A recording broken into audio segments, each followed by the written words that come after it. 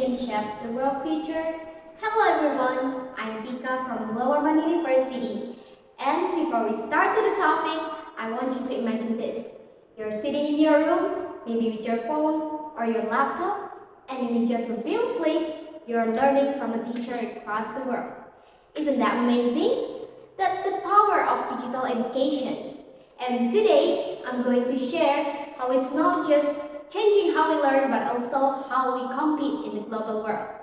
Now, we are living in an era where knowledge travels faster than light. Information that once took days to find is now available in seconds. In this digital age, education has transformed from textbook to tablets, from chalkboards to online platforms, and from local classrooms to global networks. This transformation is not just a trend. This is revolution that defines how nations prepare their people to compete and collaborate in a globalized world. So, if you are wondering what digital education is, let's talk about it. So, digital education means using technology to learn, teach, and connect. It includes online courses, virtual classrooms, simulations, or even artificial intelligence-based learning tools. Through these innovations, education becomes more flexible, relevant, and inclusive. A student in Indonesia can now take a course from Harvard or collaborate on a science project with a peer in Kenya, all from your laptop or your smartphone. But beyond convenience, digital education is a powerful equalizer. It gives access to knowledge to those who might otherwise be left behind.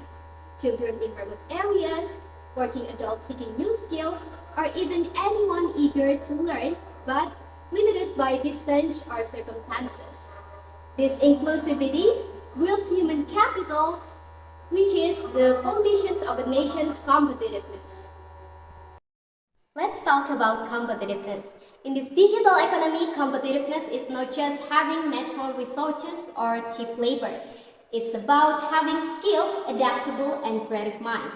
Countries that invest in digital literacy or lifelong learning gain a decisive edge. Look at Singapore, Finland, or South Korea, nations that embrace technology in education early. Their students are not just good takers, they are innovators, problem solvers, and leaders in the global digital economy. However, to make digital education truly effective, we must address three key challenges. First, digital access. Many parts of the world still lack reliable internet or affordable devices. Without access, digital education risks deepening inequality instead of reducing it. Second, digital literacy. Providing technology is not enough. Teachers and students must like to learn how to use it wisely, creatively, and safely. We must teach not only how to click, but also how to think critically about information found online. Third, digital ethics and balance. While technology empowers us, it deepens responsibility. We must ensure that our digital learning spaces remain healthy, respectful, and human-centered. Ladies and gentlemen, digital classroom is not a feature. It is a present, and the key to global competitiveness lies in how effectively we use it. Education must no longer teach us to memorize facts, but to apply knowledge, to solve problems, and to collaborate across borders. In a world where artificial intelligence and automation reshaping jobs, digital education helps us to stay relevant, resilient, and ready for change.